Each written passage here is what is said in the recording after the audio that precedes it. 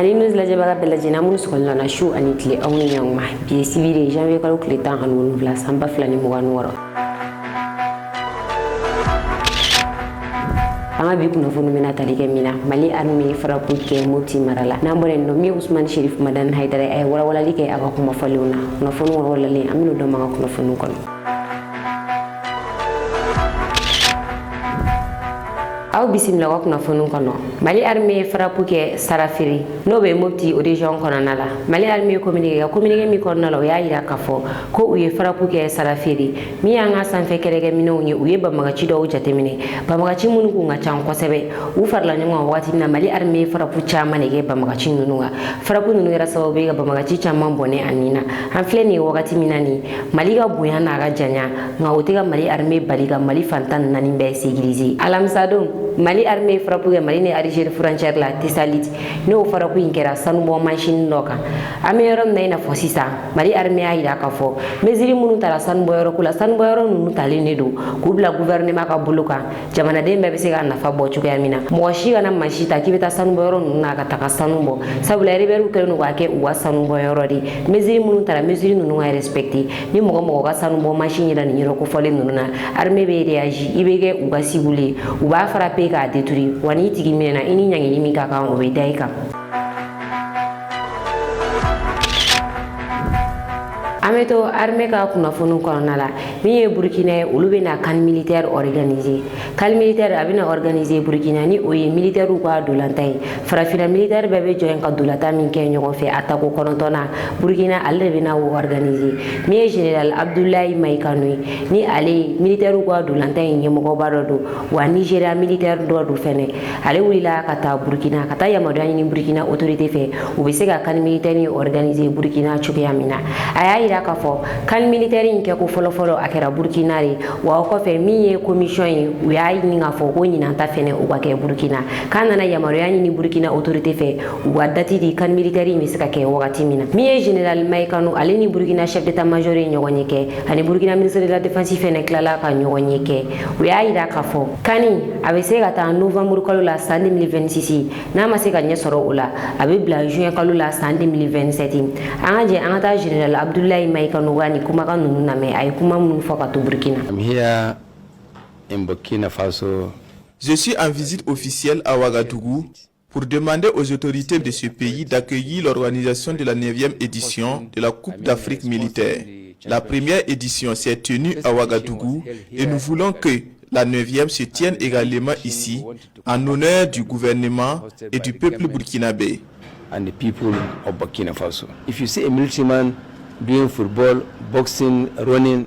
un militaire qui joue au football ou qui fait la boxe, ça fait partie de sa formation et nous pensons que c'est le meilleur moment de montrer qu'il y a la paix en Afrique. Qu'ils veulent ou pas, il y a la paix en Afrique. Le Burkina Faso est un pays fort. L'histoire nous le démontre. Donc, nous sommes de retour à la maison. In Ouagadougou, Burkina Faso. Kunafon flana journal Jeune Afrique ali interdira ka bo Mali konnala kunu général Abdoulaye Maïga ali décision bata décision mintara président Assimi Goïta ka yamaria konnala ka journal Jeune Afrique interdit ka bo Mali konnala journal Jeune Afrique ali kunafon di gafi mimbe bo dogokun kunafon di gafi mdo asigle no faransi kerengere ala Paris ni journal Jeune Afrique akirela wakati mina abenani farafina jamana chamanga independence ta wakati ni oye 1960 amakire do were kama asigibu me kuna foni me Afriki jamana konnala o kuna foni nunu jelen a segele na jele ka di Afriki jamana kono de bela jenema ngame journal Jeune Afrique ni aga ta ka bolu o falina francia ta ka ke abulo kono fe jamana mi ni franci kadi abe kuna foni mandi o jamana ka jamana mi ni franci mandi kuna foni jugure be ta ka di o jamana nunu ka o kum konnala journal Jeune Afrique a interdira ka bo anga jamana konnala Burkina kabini capitaine Ibrahim Traoré ale na fangala ay journal folo mi interdit ka bo Burkina jamana kan o kera Burkina Jeune Afrique ni capitaine Ibrahim Traoré ya ira ka fo ko ni journali na ma interdit ka bo Afrique jamana konnala ko Afrique be to génial la ate bo anola ate yelen sanfe o kum konnala capitaine Ibrahim Traoré ay journali interdit ka bo aga jamana konnala ayere fiya Mali la flé ni wakati mina ka keni isansi ko crise mi an fiya Mali la mi Jeune Afrique ube kuma caman de fɔ galontigiya kumaw la ka ɲɛsin an ka jamana ma ni o dɔ ye crise ko in na Jeune Afrique u bɛ ka tɔla juguya wa u bɛ ka kunnafoni di banbagaciw ma ni k'a yir'u la k'a fɔ u bɛ ka fɛn min kɛ o de ka ɲi nɔ kosɛbɛ u bɛ ka position sugu bɛɛ ta u ka kunnafoni di cogo la banbagaciw ka se k'a faamuya isansi crise min bɛ Mali kan ko o bɛ ka ɲɛ kosɛbɛ k'a sɔrɔ u bɛ Afrique de kama ni o ɲɔgɔn bɛ ka kɛ Faransi u bɛ bɔ ka journal kɛ fan bɛɛ fɛ k'o ye fɛn min tɛ bɛn min ni adamadenya tɛ bɛn nka u bɛ Afrique minnu yɛrɛ kama u bɛ olu de juguya la sabula olu ni Faransi man di o hukumu kɔnɔna la nin décision in kɔni taara journal Jeune Afrique ale interdira an ka jamana kɔnɔna la wa n'a journal gafe yera mɔgɔ mɔgɔ bolo k'i bɛ k'a feere i ni ɲangili min ka kan o bɛ da i kan. Kunnafoni sabanan Usmani Sherif Madan Haidara a ye point bila i kunna Mali Haut Conseil ɲɛmɔgɔ Usmani Sherif Madan Haidara kunu a ka kutuba la a ye walawalali kɛ tɛnɛn tɛmɛnen Général Assimi Goïta a ye diinɛ ɲɛmɔgɔw ka fara dugutigilakaw kan ale ni ladalakow ɲɛmɔgɔ bisimila a ka palais kɔnɔna la sanyɛlɛma sanbɛ hukumu kɔnɔna la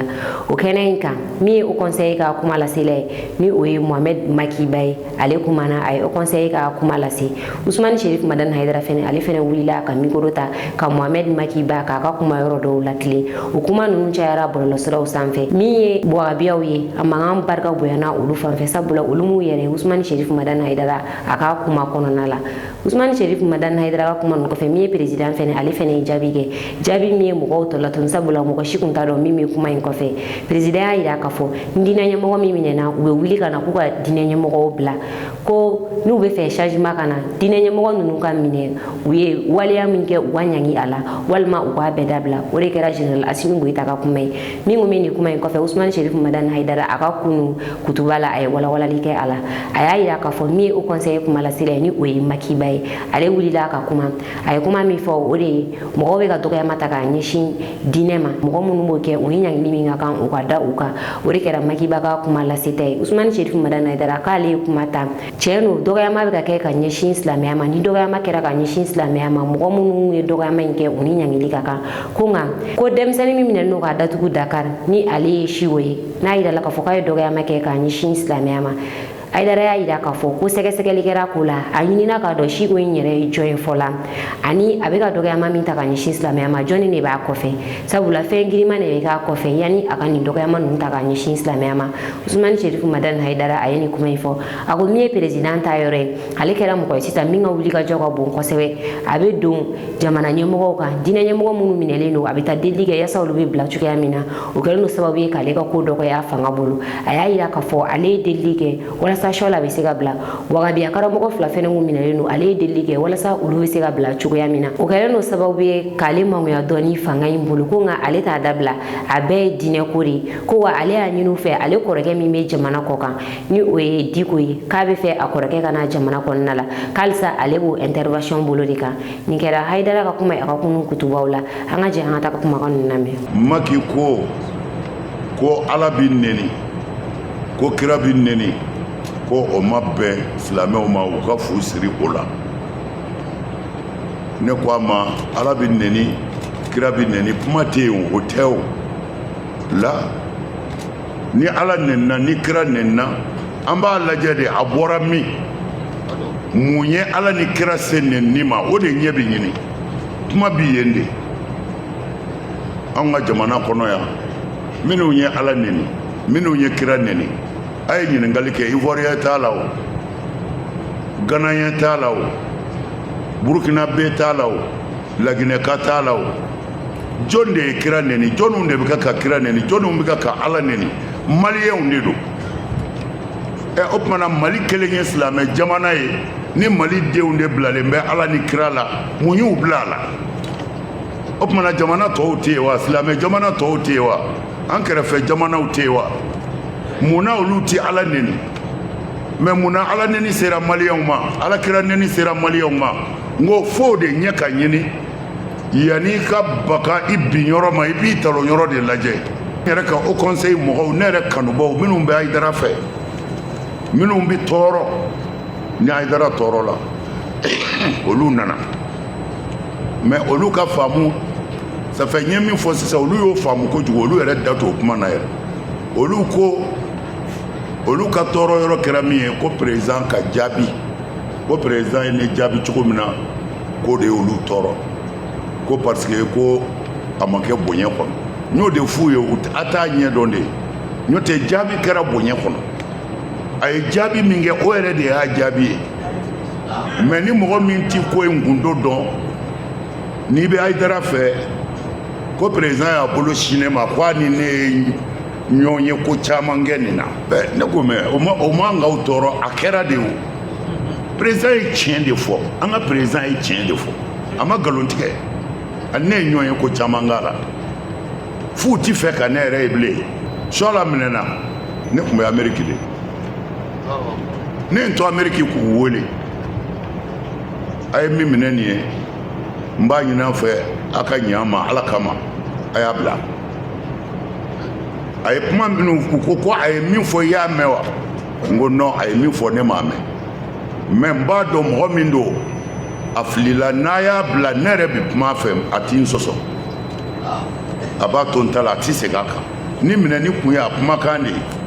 a y'a bila a tɛ segin nin kuma in kan u k'u y'a mɛn o kɛra su fɛ ko n k'a to dugu ka jɛ n ko bɔn n k'a bɛ polisi de la k'u bɛna a déféré de ko non ko n ka sabali dɔrɔn dugu jɛra n y'u wele tuguni u ko Hayidara an b'a bila mais i b'i muɲu enquête dɔw bɛ yen n'an tilal'o la a bɛ bila an y'o deli kɛ dɔw yɛrɛ b'i bolo la bi ne wulila ka s'u ma wabiya don n ko bɔn a ye dɔ kɛ kaso la a ye ɲɛ an ma a k'a to sunkalo surunyana a ye ɲɛ an ma a k'a bila ka taa sunkalo k'a ka so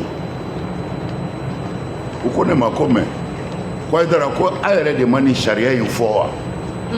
ni min ye fɛn fɔ min t'i fɔ o ka minɛ wa ne ko an y'a fɔ n ko mɛ an ka ɲɔgɔn faamu n'a ye ninnu bila an b'u sigi de o conseil tɔgɔ la ka kuma u fɛ n'u y'a to la o don n'u m'a to la kaso b'o ti bɔ a nɔ na n ko mɛ a y'a t'u kana sunkalo kɛ so ne y'a ɲini an ka faamaw fɛ n kɔrɔkɛ min bɛ kɛnɛ ma n'a bɛ fɛ ka na ne hakili la n'a ma nacogo sɔrɔ ne taara intervention na an ka faamaw fɛ u k'a lajɛ n kɔrɔkɛ ka na u ma kuma jugu fɔ n ye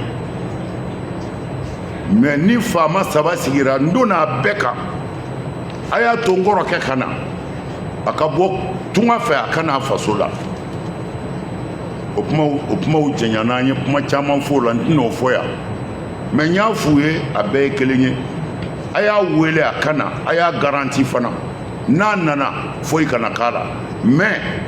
a ka fɔ a ye i nana i bɛ faso kɔnɔ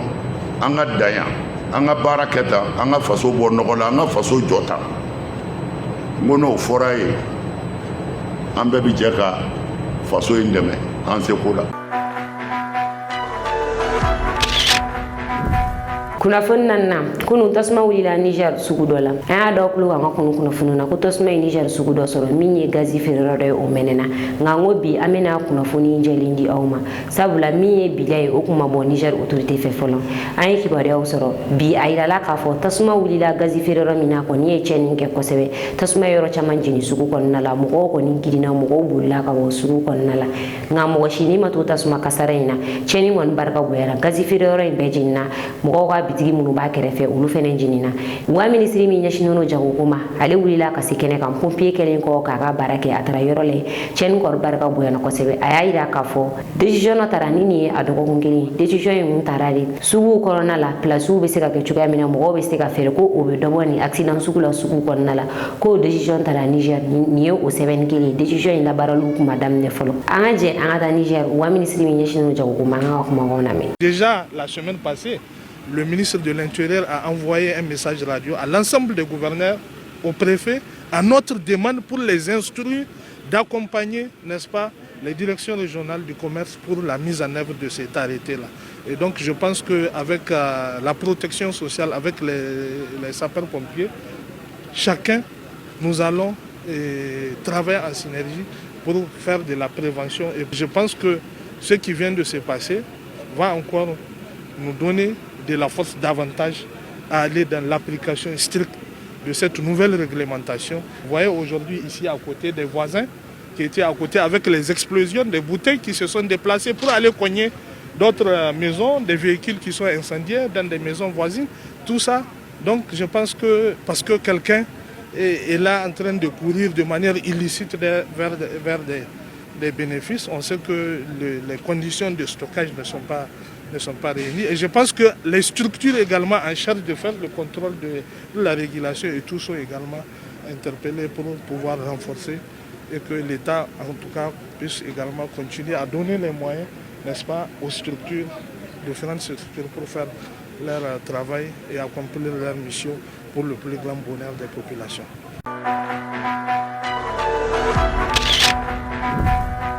Kunnafoni duruna Général Mamadou Doumbia ale kɛra Laginɛ jamanakuntigi ye. San 2 transition kɔfɛ min ye Général Mamadou Doumbia ale kɛra Laginɛ jamanakuntigi ye. A ka sigili baaraw o kɛra bi sɔgɔmada min ye Afrique jamana caman ye o ɲɛmɔgɔ taara Général Mamadou Doumbia ale ka sigili kɛnɛ kan. Général Assimi Goïta yɛrɛ ka pankuru jiginna Laginɛ bi. Général Assimi Goïta bɔra Mali kɔnɔ yan bi sɔgɔmada k'a kunda Laginɛ kan Général Mamadou Doumbia ka lasigili baaraw la. Ka fara Gabon jamanakuntigi kan ale n'a furumuso olu tun bɛ kɛnɛ kan ani Général Mamadou Doumbia yɛrɛ teri sɛbɛbani o ye Rwanda jamanakuntigi Paul Kagame ale fɛnɛ tun bɛ kɛnɛ kan. Ka fara Sénégali jamanakuntigi kan Gambie min ye Nigeria olu y'u ka vice président bila ka taa kɛnɛ kan. Jamana dɔw y'u fɛnɛ y'u ka premier ministre bila ka taa. Jamana ɲɛmɔgɔ caman tun bɛ u ka lasigili kɛnɛ kan.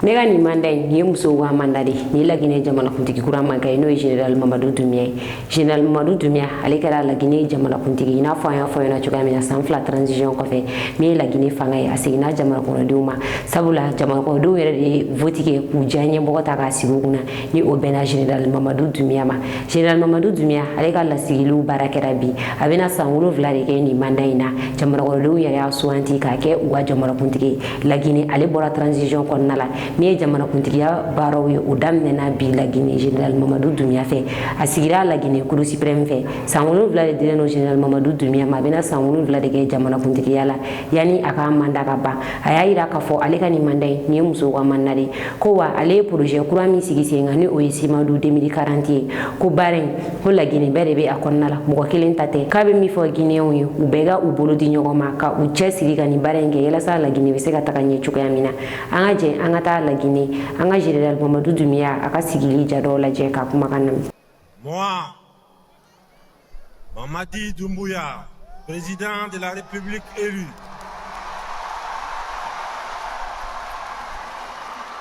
je jure devant Dieu et devant le peuple de Guinée, sur mon honneur, de respecter et de faire respecter scrupuleusement la Constitution, les lois, les règlements et les décisions de justice, d'exercer loyalement et dignement les fonctions qui me sont conférées dans l'intérêt supérieur de la nation, de ne jamais recourir aux pouvoirs qui me sont dévolus à des fins personnelles, de préserver en tout lieu et en toutes circonstances la paix, la cohésion sociale et l'unité nationale, de défendre les institutions de la République, l'intégrité du territoire et l'indépendance nationale, en cas de parjure que je subisse la rigueur de la loi. Voilà. Remettez la chose en place. Comme non. Oui, oui, c'est ça. C'est bon.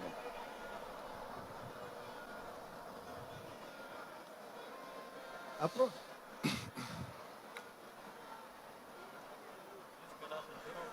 Vous n'avez pas prévu le machin, mais le voici. Vous le remettrez comme d'autres. Oui. Un papier.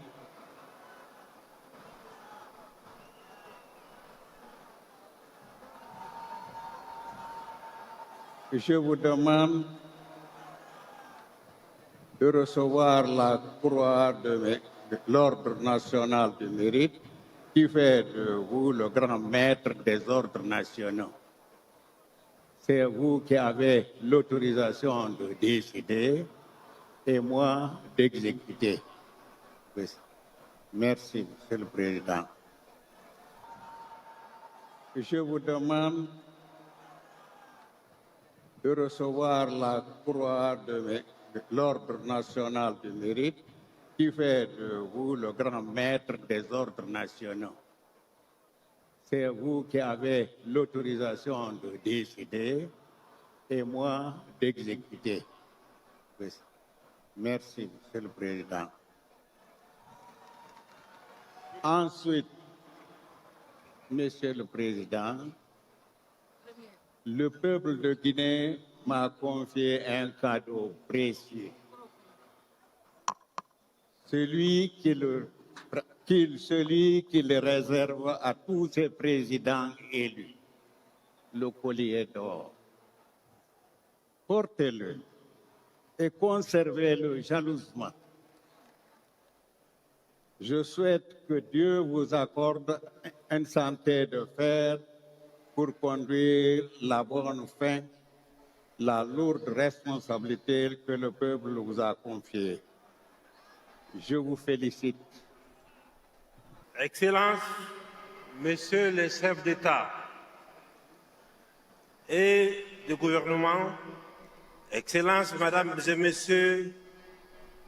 les chefs de délégation, Mesdames et Messieurs, distingués invités, au nom du peuple souverain de Guinée, je vous souhaite la bienvenue sur la terre africaine de Guinée. Terre de dignité,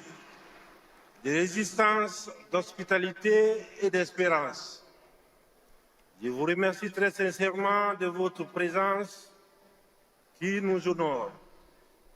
Elle témoigne de la solidarité africaine, de l'amitié entre les peuples et de notre volonté commune de bâtir un avenir fondé sur la paix, le respect, la prospérité partagée pour le bien-être de nos peuples.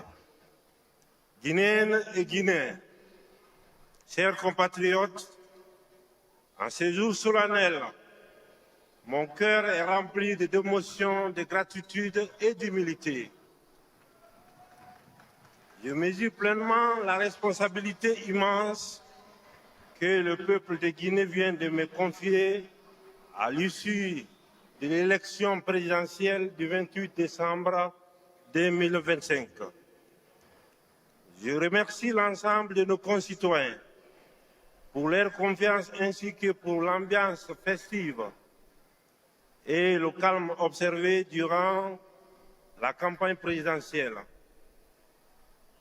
Ce mandat qui vient de m'être donné n'est pas un honneur personnel. Il est un engagement envers les Guinéennes et les Guinéens. Il est un engagement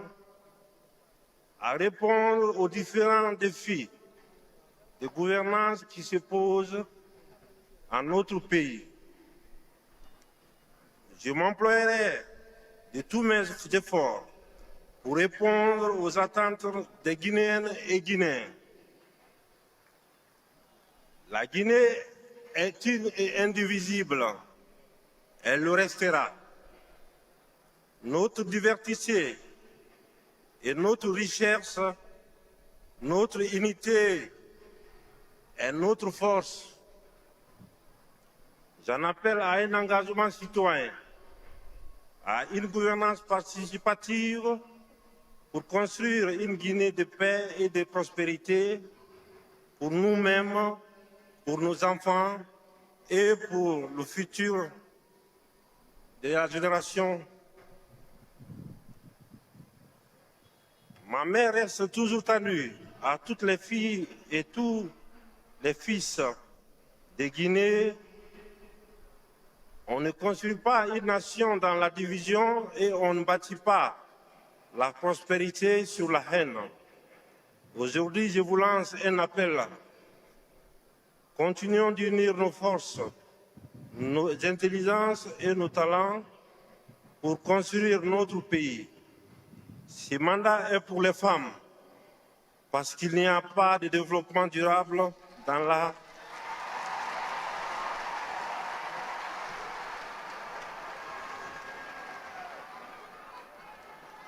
Parce qu'il n'y a pas de développement durable sans la pleine participative des femmes.